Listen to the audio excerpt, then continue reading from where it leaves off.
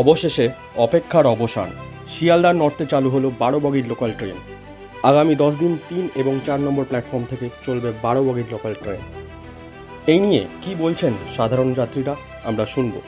Daily প্যাসেঞ্জারই করি দক্ষিণেশ্বর থেকে শিয়ালদা অবধি। আমার 12 বগি হওয়াতে আমাদের সুবিধা হয়েছে, অনেকটাই সুবিধা হয়েছে, না হলে খুবই অসুবিধা হচ্ছিল 12 বগি। আমি একজন এনসিসি ক্যাডেট, আর ট্রেনের খুব প্রবলেম হচ্ছিল যখন 9 কোচ ছিল।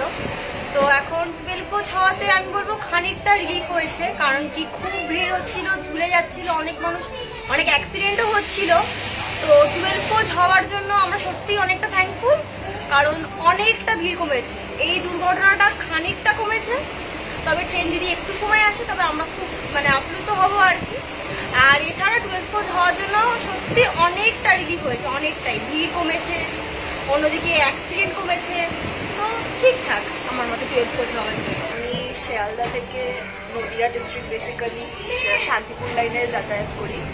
তো রিসেন্টলি 12 কোচের রেলওয়ে লাইন শুরু হওয়ার জন্য আমাদের অনেকই সুবিধা হয়েছে, কারণ ভিড় থেকে তো ডেফিনেটলি আমরা রেহাই পেয়েছি, যেটা কিনা অতিরিক্ত ভিড় আমরা পেতাম। ঠিক আছে, তারপরে অফকোর্স অ্যাক্সিডেন্টও কমেছে অনেক, কারণ লোকজন ঝুলে ঝুলে যেত রীতিমতো, তো সেগুলো কমেছে।